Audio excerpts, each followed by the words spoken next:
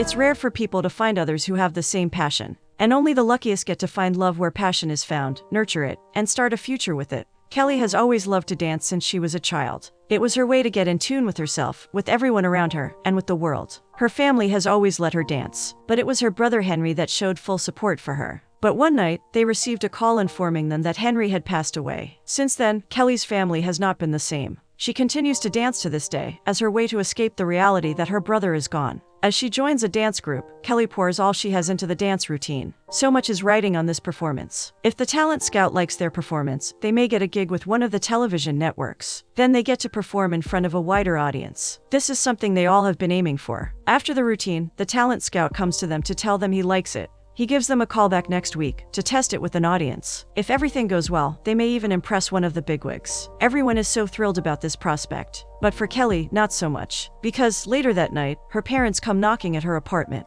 They have found out what their daughter has done. Kelly is supposed to attend law school, just like her late brother. However, she used her tuition to enroll in a dance class and rent an apartment. Her mother, Michelle, severely disapproves and underestimates her passion for dancing. Her father, Richard, not so much, but he tends to go with his wife's decision. In the end, they force Kelly to come with them to India. The son of Richard's friend is going to get married. Kelly initially refuses to join them. She's thinking about the callback and the rehearsals she needs to attend. But her parents are firm with their decision. Her little sister, Morgan, can only look at her helplessly. They fly to India the next day. Kelly is fascinated to see the country. There is a certain humility and pride in India's ambience. She can see people working hard on their trade at the side of the road. Everything looks simpler from her perspective. When they arrive at the hotel, Mr. Harindar, Richard's friend, meets them. He is so glad to see the whole family come together for this meaningful occasion. Another lady walks over to them. She's attractive and a dancer just like Kelly. Her name is Deepika, sister of the groom, and a longtime friend. She hugs Kelly and expresses how she missed her. They haven't seen each other in a long time.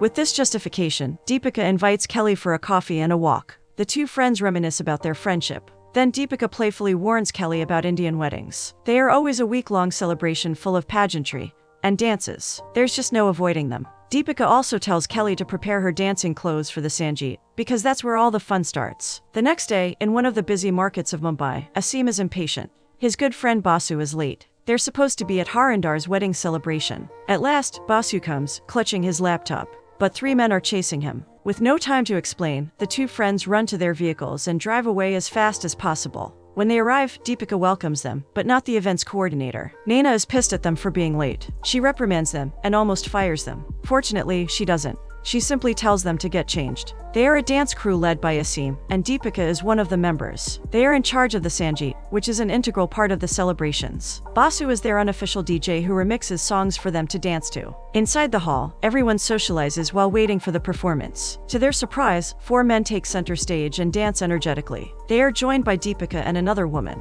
Together, the dance crew catches the attention of everyone as they move to the beats and rhythm of the song played by Basu. Everyone cheers, enjoying this lively performance. As part of their choreography, each dancer has to grab a gold napkin from a table. Asim grabs one, while he slides by Kelly. That short contact between them is enough for Kelly to earn speculative looks from her sister and mother. The dancers continue to dance using their props, surrounded by their audience. After the performance, the guests take to the dance floor to let loose their hidden dance moves and have some fun. Morgan is already dancing with one of the guests, as well as Michelle. Richard invites Kelly to join the fun as well. The father and daughter are enjoying their moves, with Kelly doing some awkward steps. Then the music changes to something mellow. Kelly is getting her drink when Asim approaches her. He encourages her to dance more. Sangeet is more of a communal celebration, where guests dance to tell their stories about the bride and the groom. Asim saw her earlier, and he senses that there's something more than her awkward robotic steps. Kelly initially says no, but she looks at Asim and notices his intense brown eyes. Whether it's because of his wishful gaze, or the fact that he told her to join the seniors' dance classes for the Sangeet if she doesn't dance today, Kelly finds herself saying yes. Asim pulls her to the dance floor. Or rather, they both glide their way to the dance floor. Basu changes the music to something more appropriate. The other guests simply move back to enjoy watching the two people who seem to have formed their own world. Their moves are not exactly sensual, but there's a certain understanding and connection between Kelly and Asim that are reflected in their steps. It's like when two people passionate about dancing meet each other, words become useless, and moves speak from the soul. Their moment gets interrupted when Naina stops the music, but everyone claps for them. After the party, Naina gives Asim and his troupe their pay, which has been deducted by 10% for their tardiness. Asim reluctantly accepts it, but Basu is more vocal against it. They cannot simply rely on weddings and dance tutorials if this is all they'll ever get. If they can headline at Big Crazy, that will really push their careers as dancers. He walks out in frustration. It turns out dance groups are popular in India because they get to choreograph weddings and perform in clubs. Basu likes the career, but it's understandable if he wants more. The next day, Kelly, Deepika, and Morgan get to tour one of the historical sites in Mumbai. Many are selling accessories along the streets, and one of them approaches Morgan and offers to sell a Ray-Ban for 5,000 rupees. But to the surprise of the older girls, Morgan is a good haggler at her age. She ends up buying the Ray-Ban for 3,000 rupees, which makes everyone happy for the sale. Later that day, Kelly joins Asim's dance troupe in their practice for the next Sangeet. There, she gets to know more about this ceremony. Kelly learns that Sangeet is an integral part of an Indian wedding. As Asim told her, it's a kind of storytelling done through dancing. It focuses on the groom and bride, their love story, and how their family and friends see them. Soon, Kelly learns the choreography, and she is integrated into the dance. She seems to be in her element while enjoying interactions with other dancers. Asim sees her and pulls her to the center to dance with him. Normally, it's him and Deepika who represent the groom and bride and take the center spot. But Asim is attracted to Kelly, and it looks mutual. This is not lost on Deepika, who has deep feelings for Asim. By the end of the practice, Deepika can't help but communicate her feelings through her eyes. Asim feels it, but instead, he removes her arm from his shoulders. After the practice, Asim commends Kelly as a fast learner. Then Basu invites her to join them at Big Crazy. Kelly wants to, but one look at Deepika makes her say no. She expresses her gratitude for including her in the choreography, then she says goodbye. After she leaves, Asim asks Deepika about what happened earlier. She implicitly reveals her feelings for him. Asim is sorry that the feelings are not mutual on his part. Deepika is kind enough to not push it. After all, she has the advantage. Her father hired the crew, and she can easily cause them to lose their job. But she's not that type of a woman. The next day, as they chose their sari for the wedding, Kelly approaches her friend. She explains that she's only dancing with Asim, and there's no meaning behind it. But Deepika shakes her head. She recognizes that he may like her friend a lot, but it doesn't mean that Kelly is at fault. If there's one thing she asks, it's that Kelly shouldn't lead him on. After all, Kelly is only here for a week. And if she hurts Asim, it would hurt a lot of people as well. Kelly looks sad, but appreciative that their friendship is not over. After the fitting, Kelly's family dine at a restaurant and talk about their next activity. While talking, Michelle gives her daughter her schedule for the next semester. She still insists on her daughter continuing her law studies. All dance classes have been removed. Kelly tries to defend that she loves dancing, but Michelle won't hear any of it. It's frustrating when a parent doesn't listen or pay attention to what the child wants to do. Later on, Kelly contacts her friend in Los Angeles and asks about Big Crazy. Apparently, it's a famous club where dancers get crazy with their craft. The friend urges Kelly to go there. She has faith in her friend that she's practicing the rehearsal videos sent to her. So, that night, Kelly goes to the club. Upon entering, she fully understands why the place is called Big Crazy. At the center, a wide glowing dance floor is set up for those courageous enough to show off their dance moves and wow the audience. Techno and EDM genres of music boom along the walls of the club, mixing with the cheers and shouts of the audience. Kelly spots Basu and goes over to him. While they're talking, someone approaches them. His name is Pallav, and he's the headliner of the club. Being a headliner in this famous club means being a star and the top dancer. Kelly doesn't like Pallav's arrogance, so she leaves him and goes to the audience area. Soon, Asim's crew is going to take center stage. The audience cheers as Asim and his group start their performance. They've got the talent and the confidence, but they are no match for someone like Pallav, who sabotages their number and takes the stage for himself. His dance moves are like him, bold and arrogant. After their performance, Pallav smirks at Asim. Kelly can't let this happen. She goes to Basu and asks him to play a dance song. Then, all by herself, she takes the stage and the audience's attention. Pallav is surprised to realize Kelly is dancing, and she can give him a run for his money. She invites Asim and the crew back to the stage, where they freestyle the choreography. The crowd goes loud with their number. After that, the stage manager of the club approaches them. He makes it official that they will be headlining this weekend. Deepika reminds them that it's her brother's wedding, and they still need to polish the choreography for the Sangeet. However, their argument is abruptly stopped when Basu spots the three men that were after him the other day. The crew disperse, with Asim pulling Kelly away from trouble. They end up on a busy street, where he treats her to a kebab and paneer. There, Kelly learns more about him. Asim grew up in the rural areas of India. His passion for dancing came from his father, and was influenced by Bollywood movies. He would dance most of the time as a child. Then, he decided to pursue this career, together with Basu. So far, they haven't had any significant luck. But Asim is tenacious, and strongly believes that one day he'll get the opportunity he deserves. Kelly remarks that nothing seems to stop him. He says that it's not a matter of stopping, but rather handling the obstacles life throws at him. After this heart-to-heart talk, Asim makes sure that Kelly gets back to her hotel. Then he goes home. Music is blaring from the apartment rooftop. Basu is drinking and thinking about where he can find the 50,000 rupees he owes Rohit.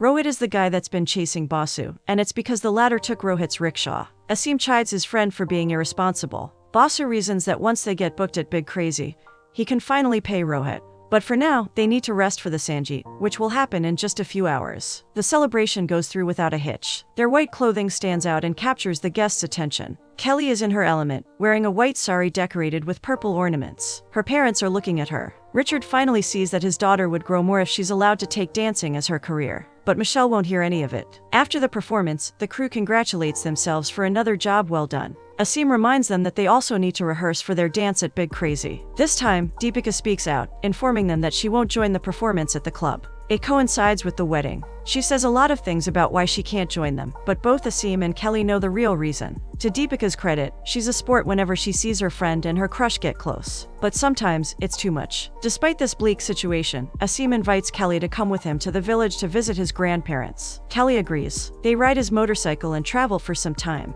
After a few hours, they reach the village. Asim explains that most of India is made of rural farms and villages. Even though people relocate to the city because of the tech boom, many are still choosing to stay for a quiet and simple life. Many kids run to Kelly and ask for selfies. It's not often that they get to see a foreign lady in their place. They walk along the narrow roads until they reach the house of Asim's grandparents. He introduces Kelly as his friend, but they already think of her as his future wife. Yep, they're certified Asian grandparents. They like Kelly, and she seems to like them, too. When they go back to Mumbai, they ride a public boat to enjoy the serene ambience of the sea. Kelly tells him about her situation and how her parents are against their dancing. She will go back to America after the wedding. Her short time here has been blissful, but she looks torn about what she must do. Asim expresses his thoughts on the matter. It's her life, and they should see how good and alive she is when she dances. She says she only wants them to be proud of her. They share a kiss in front of the setting sun, with Kelly getting strength from him, and Asim assuring her that everything will be all right. When she gets back to the hotel, she meets her parents at the bar. She gathers her courage to tell them that she doesn't want to go to law school. She wants to pursue a career in dancing.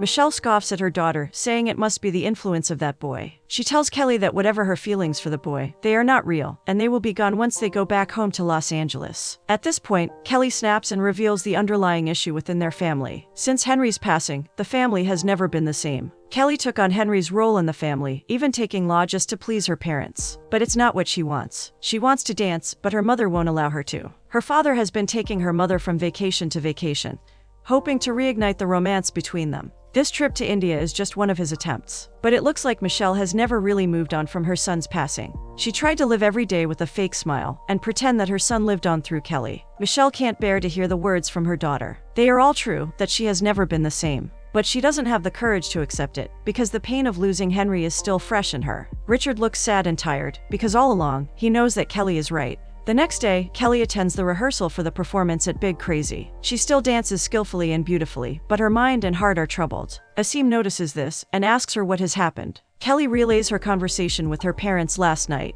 She also expresses her guilt about everything. Deepika doesn't talk to her, and her crew back in Los Angeles are working hard without her. She met Asim and fell for him, but she has to go back and leave him. She doesn't know what to do. Kelly's tendency is to step away and drown herself in practicing the choreography. But Asim gestures that she needs to face and feel her emotions before they will go away. They're both dancers, and the best language they both speak is moving their bodies to the rhythm of music. By letting their arms swing, their feet jump, and their bodies sway, they are expressing their thoughts and freeing themselves from the emotional baggage that they carry. Eventually, after their private dancing, they both feel relieved, especially Kelly. For the next few hours, the crew give their all to rehearse and improve their choreography. This is the big break they have been waiting for. They can't waste this chance. That night, at the hotel, Michelle gets ready for dinner with Mr. Herendier and his family, but she sees Richard is still not dressed. When she asks about the problem, he tells her that perhaps their daughter is right, that it's time to move on. They can't always mourn for Henry because it's unfair to their daughters. For the first time, Michelle acknowledges her shortcomings as a wife and mother, but all she can say is an apology. Morgan sees all this. Not wanting to be with her parents at this time, she runs to her big sister, who is currently getting ready for her performance at the Big Crazy. Kelly is worried for her sister, but she can't abandon the crew just to babysit her.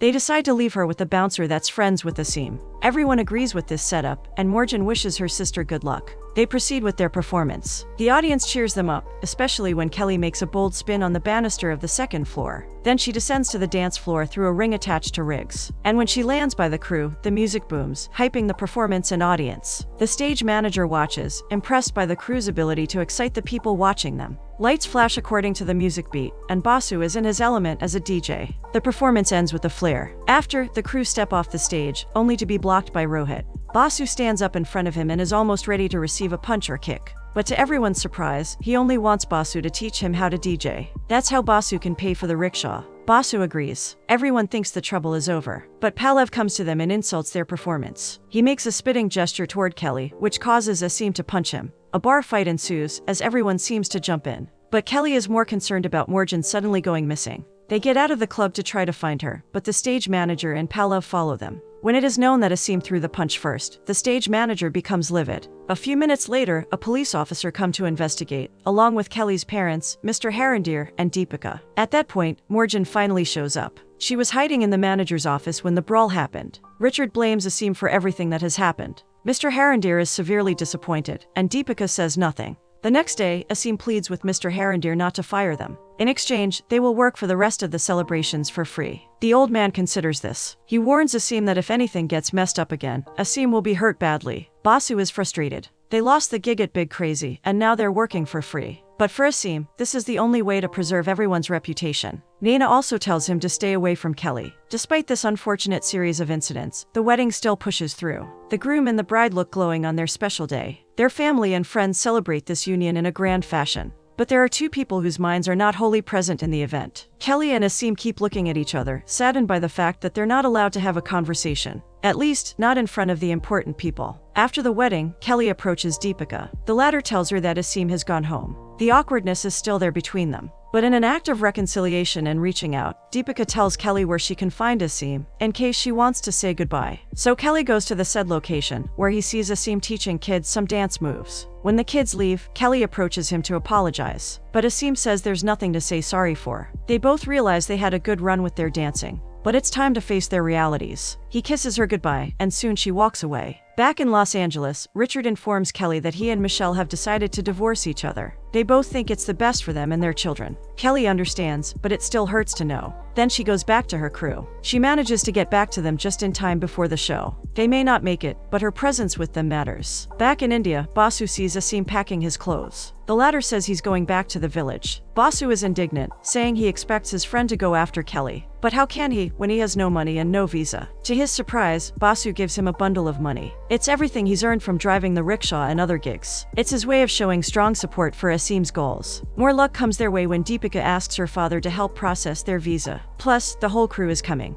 It looks like fate doesn't want him to give up on his dreams, or his love. They arrive in Los Angeles just in time to see Kelly and her crew dance in front of 3 judges and an audience. The talent scout is there, and the bigwig is a legendary dancer during his days. Along with a 3rd judge, they will decide if Kelly's crew deserves to be part of a big television show about dancing. After the performance, the former dancer comments that their moves are technically great, but it feels safe. It doesn't excite. The talent scout adds that Kelly is superb, but a story is missing from their dance. If they can show another performance, they can consider their decision. The crew is nervous and can't come up with another choreography. That's when Basu, with the help of Morgan and her hustling skills, comes up to the DJ to take over. Then, to everyone's surprise, Asim comes on stage to invite Kelly to another dance. He reminds her of the concept of Sangeet, where stories are told through dancing. His crew joins in, and eventually, Kelly's crew is dancing as well. This time, there is substance in their steps, despite being impromptu. The audience also stands and sways to the beat of Basu's music. The judges are delighted, and the mixed crew ends their performance with a flare. To their delight, the judges decide to include all of them in the show, marking the beginning of their dance careers. They congratulate each other for this big break in their lives. For Kelly and Asim, there's nothing more they can ask for. They can pursue their dreams, and they have each other for this journey they're going to take. Lucky people, indeed.